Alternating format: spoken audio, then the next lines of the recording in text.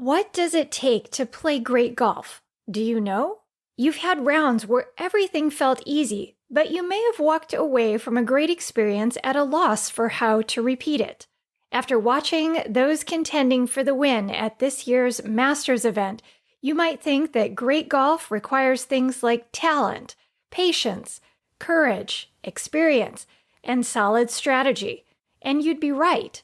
But what great golf really comes down to is a great approach that is centered around enhancing the process side of your game rather than the outcome side. In this episode, I'm going to pull back the curtain to reveal the specifics of how professional and amateur golfers play to win. She Talks Birdie is for you, the golf enthusiast, who wants to discover how to play the game you love better, smarter, and more effortlessly. If that sounds like exactly what you need to take your game to the next level, then I'm so glad you stopped by. My name is Dr. Shannon Reese, and in each episode, we'll take a look behind the curtain in your mind to uncover the simple mindset strategies that will help you play great. Thanks for spending some time with me today. Now let's get started. Masters Week is truly something special that captures the hearts and minds of golfers across the globe each year. There's no other event or golf course quite like it, and I'm always amazed at how it tests the skill and resolve of the greatest players. After watching an interview with Justin Rose following his career-low 65 at the Masters on day one, I knew exactly what I wanted to share with you in this episode. It wasn't about what Justin did in that first round, but how he did it that is important. Whether you listened to the same interview and recognized it or not, he gave us a peek into the process he uses to play to win. And the best part about it is that you don't have to be a professional golfer to have the same type of process that helps you play to win too. It's about knowing what must and must not be included in order to maintain a process-centered approach to your game to prevent you from getting sucked into chasing outcomes. What I mean is standing on the tee thinking about how to par the hole, or facing a chip shot to the green and thinking about your putt to save bogey, or thinking about what your score is in relation to what you'd hope to finish with at any point during the round. There are two big problems with focusing on outcomes. Number one, your focus is on the future and not 100% on the present task at hand. And number two, you can't directly control outcomes, so thinking about them just gets in the way of thinking about how to reach them via the process. In the interview, Justin described a very process-centered approach to his game that he attributed to his ability to play great by saying, "I was just trying to stay out of my own way and just keep doing what I was doing." It's a good reminder that you never know what can happen out there, just to stick with it on the golf course. That's going to be the trick the rest of the week. Hopefully you can just run off instinct. Just keep it one shot at a time. Just keep committing. This course, you can never get ahead of yourself. We've seen it many times around here. It's all about commitment, and I think it's about enjoying it. Pure gold, if you ask me. Did you catch the 10 value bombs he served up that outline a great approach to the game that is simple, repeatable, and doable by golfers of any level? What he described is a solid formula, the likes of which I teach my clients to develop in their games. And this is nothing new. You've probably heard your playing partners reel off some of these best practices, and perhaps you've spoken about them too following a great round. But in case you missed the details, I'm going to break down the 10 simple but essential elements that Justin shared so that you can start developing each one in your game too. Number 1, stay out of your own way. Sometimes this is easier said than done because you don't really know how you may be unintentionally getting in your own way on the course. The biggest way golfers get in their own way is by doubting themselves, their swing, their clubs, their decisions, or their mechanics. When you're playing with doubt, you become vulnerable to mental clutter, the kind that comes from worrying about how to avoid messing up, how to remember what not to do, how to remember what to do, and more. Nerves can increase, your imagination can get away from you, you may start to micromanage your mechanics, second-guess your club choice, shot plan, reads, and targets. Overthinking comes next and can lead to complete analysis paralysis, jerky swings, pushes, and pulls that come from fearful play. In order to have a process that helps you stay out of your own way, it needs to be simple and repeatable and built on trust. Think of your pre-shot routine as the structure that keeps your thoughts engaged in a concise series of steps so that your thinking doesn't veer off track. When you are mentally occupied with the right things, you don't have the bandwidth to get sucked into the distractions that can accompany the game. Golfers who play to win set their game plan before they head out to play. They review the essential elements of their process, determine their purpose for the round, and commit to it. By doing the right preparation before you play, it's not necessary to try to figure things out when you are actually playing. You have a plan that works as your compass for the day. And whenever you detect your mind slipping off track, you have something simple and specific to lock back onto so that you keep going strong. Number 2, keep doing what you're doing right. Nothing's worse than being really excited after completing a great front nine only to have your game completely unravel on the back. The change doesn't occur because you've suddenly lost your swing, although that's often how I hear golfers describe their round. You just changed your approach, which had an impact on your swing. You might have started playing more conservatively because you didn't want to start making errors. You may have found yourself in scoring territory that was unfamiliar to you, and you started getting unsettled by it because you weren't sure how you got there. Justin said that he knew he needed to just keep doing what he was doing, meaning what he was doing right. That requires knowledge of what the right things are. When you take the time after your rounds to examine your performance from an objective viewpoint, it's not difficult to decipher what kind of mindset habits work and which ones really mess things up.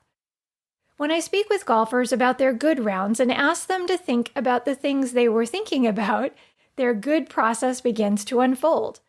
Examples include being locked on their target as opposed to trying to hit the ball, thinking confidently about the club in their hand, remembering past success rather than failure, and focusing on where they wanted the ball to go instead of where they might get into trouble. You get the picture. The next time you find yourself playing well, pause for a moment and consider what you've been doing that has gotten you to that moment. Have you been trusting your swing? Have you been imagining yourself hitting good shots?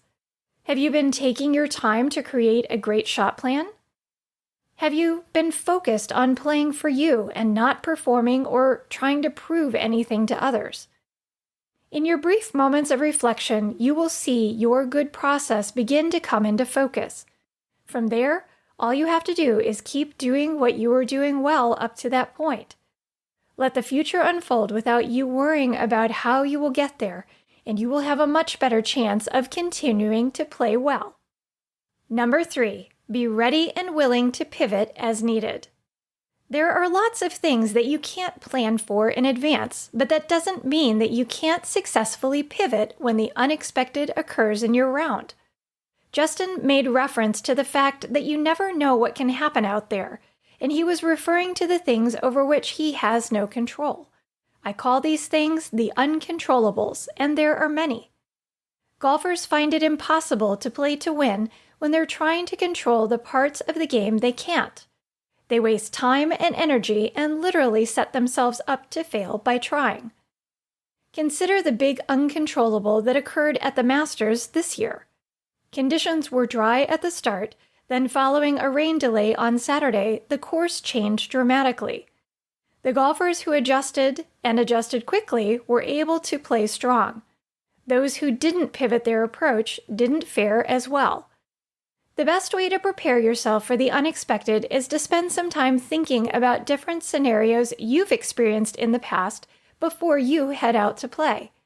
You can check the weather forecast so you know if it will be hot, if there's a chance of rain, or whether the wind is expected to kick up and plan accordingly. You likely know with whom you'll be playing and can consider the different personality types and ways those golfers play and plan accordingly. If you have 2 courses at your home club with a preference for one over the other, but are scheduled to play on the one you perceive to be more challenging, you can give some thought to how you might adjust your strategy and plan accordingly. Perhaps you discover during your warm-up that with your long clubs that you usually hit straight, you're hitting a slight draw. Rather than wasting time giving yourself a swing lesson on the range, you can choose to strategically play the draw and plan accordingly. No one, no matter what level they play, can realistically expect their game to be exactly the same day in and day out. Everyone's game fluctuates, conditions change, and you play with different people with different idiosyncrasies you've got to roll with. The more you choose to be flexible and pivot when needed so that you maintain the best mindset despite any unexpected changes, the better you'll play. If you choose to fight the things you can't do anything about, you'll be in for a rough round and losing battle. So make the right choice so you're willing to rise to the challenge of change with a game plan that flexes when necessary. Number 4, stick to your process. Once you have a process that works, it's important that you stick with it. What that means is that you stick with it without changing it. Just so that doesn't sound confusing, following my advice about being able to adjust to the uncontrollables, I'm talking about 2 different things. Adjusting to the uncontrollables means that you're willing to approach your shot planning differently so that you can leverage the change instead of battling against it. If the greens are hard and fast, you will likely plan your approach shots and putts a little differently. If you have an extremely chatty playing partner, you might ask to be dropped off at your ball so you can have some quiet space for your next shot. Your process, meaning how you mentally prepare for every shot, doesn't change. It's consistent so that your thinking remains consistent and your output on the course remains as consistent as possible too. Once you have a process that you know allows you to step into a shot with 100% confidence in yourself and your swing, a fully committed lock on your target, and a quiet mind so that you can swing freely, you must stick with your proven process. Yes, even after you've doubled the last 2 holes. Even after it took you 2 shots to get out of the fairway bunker. Even when there's a slow person in your group. Even when you've been invited to play through, and even after blowing your putt 5 feet past the hole. Sticking to your process means that you never shortcut it, add clutter to it, change it, or conduct it halfway. When you initiate your process, you must follow it to a T. It should take you the same amount of time nearly every time to complete. It should be a mindful exercise you use to march your thoughts forward in the direction of success shot after shot. And just to be clear, it's never something that you're going to be able to put on autopilot. Golfers who play to win know that having a process that works is their true north, their map to success, and it can be the same for you. Your process must be about taking a quality approach to every shot so you can prevent a high quantity of shots. Number 5, play every round like it's the only round. If you recall Justin's comment, he said that the trick was going to be sticking with a winning process all week long. How many times have we seen tour players start strong and keep going strong through the 3rd round, only to lose it all on Sunday? The closer you get to any finish, the more challenging it can be to keep doing what needs to be done until you actually reach the finish line. You can't be thinking about raising the trophy and toasting your success until your final putt is in the hole. Multi-day events can be tough. You might not be accustomed to playing multiple days in a row like the pros. or you might not be used to maintaining a competitive mindset for every round, taking an easier, less serious approach to your rounds when you're with your friends or family members. It may be tempting to try to make up for lost ground in one round by trying harder in the next one, or to hold on to a lead by playing safe.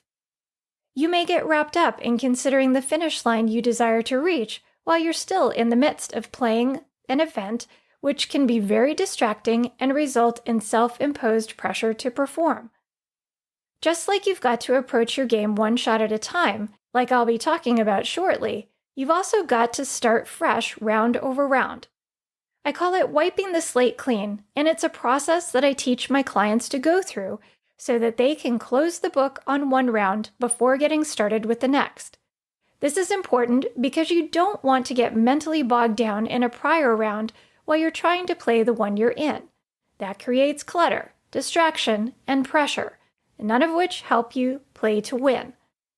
This applies to you if you play in a weekly golf group too. Rather than getting stuck trying to repeat the past, wipe the slate clean each week before you play so that you set a renewed objective for the day to keep your attention focused on the day at hand and the shot at hand. Number 6, run off instinct. Your gut instinct is one of your great inner tools, yet many golfers don't know how to listen to it or actively use it as an asset during their rounds. Augusta National is not an easy course to play. It was designed to challenge the skills and senses of great players, even those with years of experience playing there. When in the heat of play, golfers don't have the luxury to contemplate every last detail of every shot to make it their best. And when conditions change, there's even more to potentially factor into a shot. That's where great golfers lean into their gut to assist them in their decision-making. And those who play with a gut-driven process play to win. I believe what Justin Rose was indicating by his statement was the need to rely on his experience. Not just the experience at the Masters that he'd had, but the entirety of his golf experience in order to play smart. Your brain is constantly processing all kinds of information, whether through conscious or subconscious means. You have a multitude of information to draw upon that's being stored in your long-term memory. Your subconscious mind accesses that information to help you identify patterns. Those patterns provide you with extra decision-making power, so you know what to do when facing a moment of indecision about a club choice, shot, target, break, slope, and more. I find that too often golfers sell themselves short rather than trusting in their gut. Like Justin Rose, you can learn to listen more closely to yours to help you make smart decisions when in a pinch or on the fence in your game. Number 7, keep it one shot at a time. Remaining present-centered throughout your round is one of the most important of all the elements Rose described in his interview.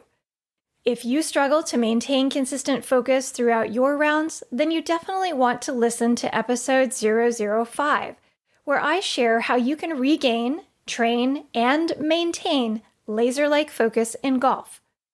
Your power lies in the present, since that is the only part of your game over which you have direct control. You can't predict the future, and you can't change or make up for the past. The play-to-win approach is to tackle your game one shot at a time.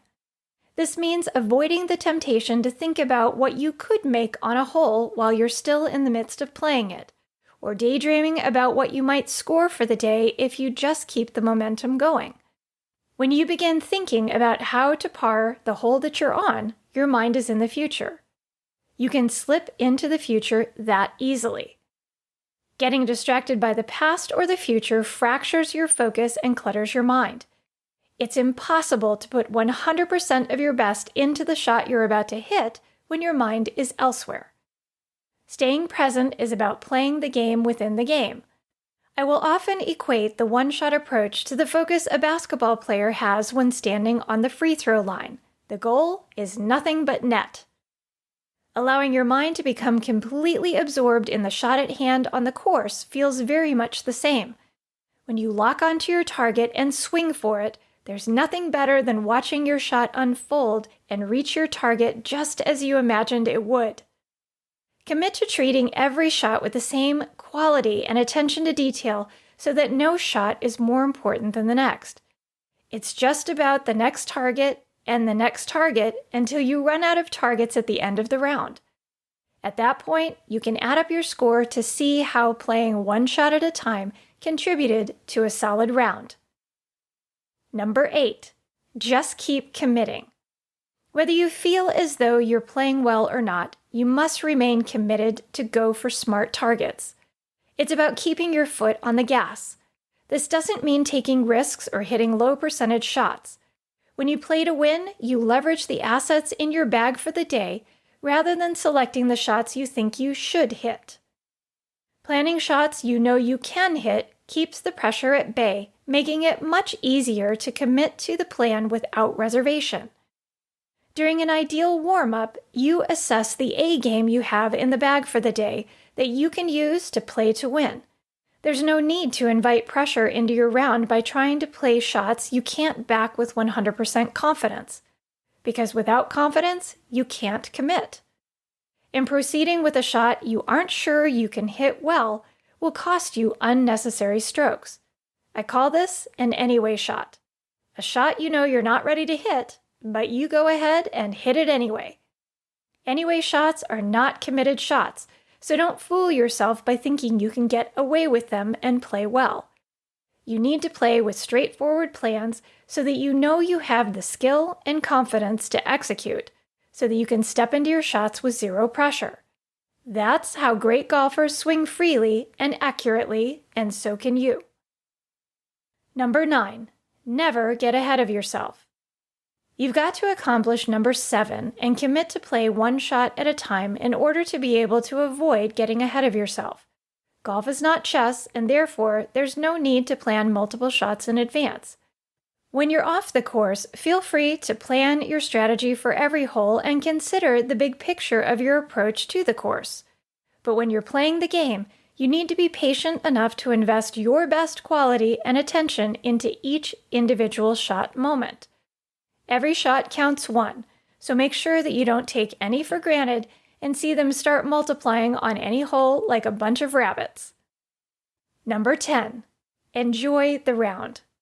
The final element Justin described is just as important as the rest, but too many times it's not a priority in golfers' games. If you're not having fun playing, then why are you playing?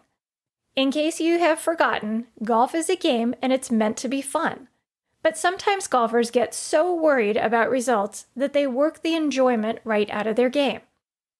You don't have to be careless in order to play carefree, and a more relaxed approach to your game may be just what you need to start playing to win. When you keep golf a game, it becomes an ever-changing adventure rather than a daunting chore. Think back for a moment to element number 1, stay out of your own way. If you try too hard to play well, you will actually prevent yourself from playing well. It's like having a chokehold on your game and you will squeeze the good right out of it. Make a point to trust that you've put in the work needed and allow yourself to just play the game. When golf starts to feel like hard work, take that as a sign that you're likely trying way too hard and need to lighten up in order to play to win. Most, if not all, of the elements that Justin Rose described using are simple, but can be difficult to follow in real time on the course. That's where knowledge and discipline make the difference no matter what level you play. And you will often hear me say that you've got to be consistent in what you're doing in order to get the most out of any investment. Whether you're playing in a 4-day PGA event or your weekly golf group, you must commit to stay the course, on the course, no matter what. It's all about learning to never let the natural challenges of the game distract you from your ultimate mission to do what must be done moment by moment to reach the desired finish line. I hope this episode has helped eliminate some of the questions in your mind about how to repeat great rounds and play to win. To play great most often, you must consistently follow a great process, and it's important that you hold yourself accountable. So I created a post-round evaluation worksheet you can use to track your progress. It will help you remain more mindful of the essential elements I shared in this episode. To grab a free copy, head on over to trainingforoptimalperformance.com/008. And while you're there, leave me a comment and let me know which essential element you plan to start consistently using first. I'd love to hear from you. To quickly recap, the 10 simple but essential elements that professional and amateur golfers use to play to win are: stay out of your own way, keep doing what you're doing right, be ready and willing to pivot as needed, stick to your process, play every round like it's the only round, run off instinct, keep it one shot at a time, just keep committing, never get ahead of yourself, and don't forget to enjoy the round. The importance of this episode wasn't whether Justin Rose's approach would guarantee him a green jacket this year, but that it epitomizes the simple, repeatable process that great golfers cultivate in order to get the most out of their game on any given day. Consistently applying even just a handful of the essential elements I described will really improve your ability to play to win, just like the pros. You can start small and remain committed to keep building up your mental game skills. Keep in mind that playing with a great approach influences all parts of your game, including your routines before and after every shot, your strategy, your practice, your perspective of yourself and your game, your resilience, and of course, your scores. I encourage you to commit to developing the process side of your game, and you'll get the best return on your investment of time, effort, and money. Your approach must be centered around refining your ability to deliver on the things that contribute to great scores, rather than just the scores themselves. And just like Justin Rose, you can have an approach that helps you play to win. Well, that's a wrap. Thanks for tuning in today. If you enjoyed this episode, please consider heading over to iTunes to rate this podcast and leave me a review. It's the best way to support the podcast and to enable me to keep providing you with the actionable content you need to play great. And if you haven't subscribed to the She Talks Birdie podcast, what are you waiting for? That'll guarantee you won't miss a single juicy episode. I'll be back soon. Until next time, get out there and play great.